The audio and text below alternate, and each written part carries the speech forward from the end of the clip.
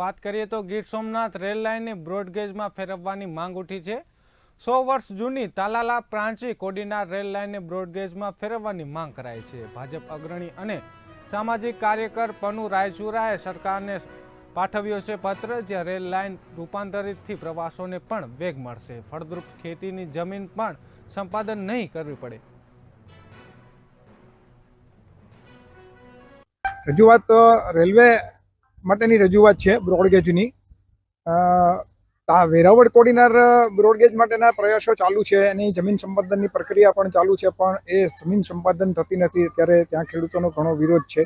તો મેં એવી રજૂઆત કરી છે કે જે જૂની લાઈન અત્યારે ઊભી છે મીટર ગેજ અહીંયા વેરાવળ કોડીનાર વાયા તાલાળા પ્રાંચી, એમને બ્રોડગેજમાં રૂપાંતર કરી દેવામાં આવે તો જે વેરાવળ કોડીનાર માટેની નવી લાઈન માટેનો જે ખર્ચ છે તે અડધા ખર્ચમાં આ લાઈન ઊભી થઈ શકે એવી વ્યવસ્થા થાય એવું મારું માનવું છે, અને એના માટેની મારી રજૂઆત છે। સાથે સાથે સાસણ અને સોમનાથ બેયનું પ્રવાસન ક્ષેત્રે મોટું મહત્વ છે, પવિત્ર યાત્રાધામ છે, અને કોડીનાર રેલવે લાઈન જાય તો એની સાથે સાથે ઉનાની પણ રેલવે લાઈન એટલે કે દીવ સુધીની, દેલવાડા સુધીની પણ બ્રોડગેજ થઈ શકે, અને એ જે બજેટ નક્કી કરવામાં આવ્યું છે એ બજેટમાં જ થઈ શકે એવી હું મારું માનવું છું, અને એને કારણે દીવની સાથે પણ પ્રવાસન ક્ષેત્રે આપણે સૌરાષ્ટ્ર જોડાઈ શકે।